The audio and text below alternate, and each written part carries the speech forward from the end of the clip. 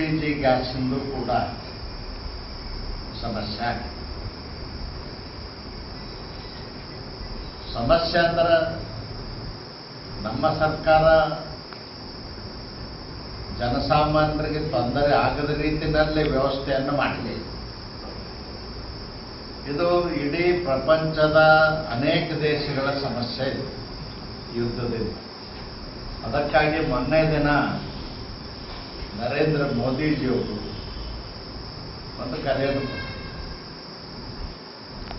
1 ವರ್ಷದ ಮಟ್ಟಿಗೆ ಬಂಗಾರ ಖರೀದಿ ಮಾಡಬೇಡಿ, ಪೆಟ್ರೋಲ್ ಡೀಸೆಲ್ ಅನ್ನ ಮಿತವಾಗಿ ಬಳಸಿ,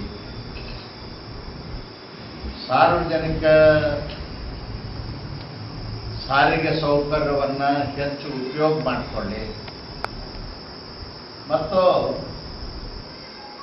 ದ್ವಂದ್ವ ವೆಚ್ಚವನ್ನು ಹೊರದೇಶಗಳಲ್ಲಿ ಹೋಗಿ ಮದುವೆ ಮಾಡೋದನ್ನು ಕಡಿಮೆ ಮಾಡಿ ಅಂತ ಹೇಳಿ ಈ ಲಜ್ಜಿಗೆಟ್ಟು ಕಾಂಗ್ರೆಸ್ನವರು ಅದರ ವಿರುದ್ಧ ಅಪಪ್ರಚಾರ ಮಾಡ್ತಾ ಇದ್ದಾರೆ.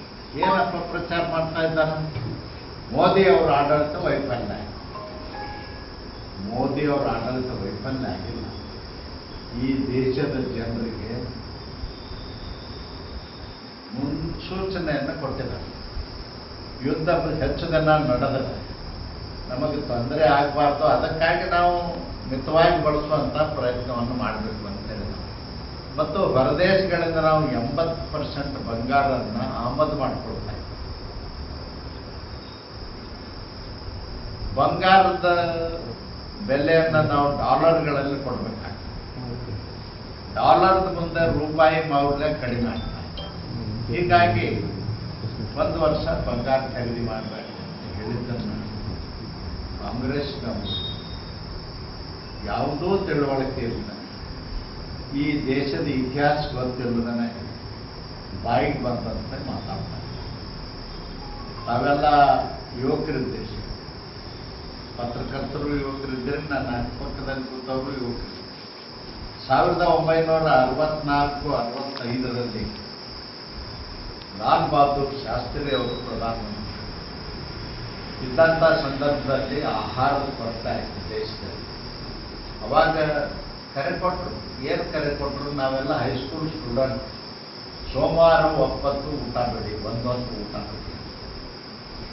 ದೇಶದ ಜನ ಎಷ್ಟು ಕಟ್ಟುನಿಟ್ಟಾಗಿ ಪಾಲಿಸಿದ್ರಂದ್ರೆ ಅವತ್ತು ಹೋಟೆಲ್ಗಳು ಬಂದ್ ಮಾಡ್ತಿದ್ರು, ಎಲ್ಲೂ ಏನೂ ಸಿಗ್ತಿದ್ದಿಲ್ಲ, ಒಂದು ಅಂಗಳ ಕೂಡ ಸಿಗ್ತಿದ್ದಿಲ್ಲ.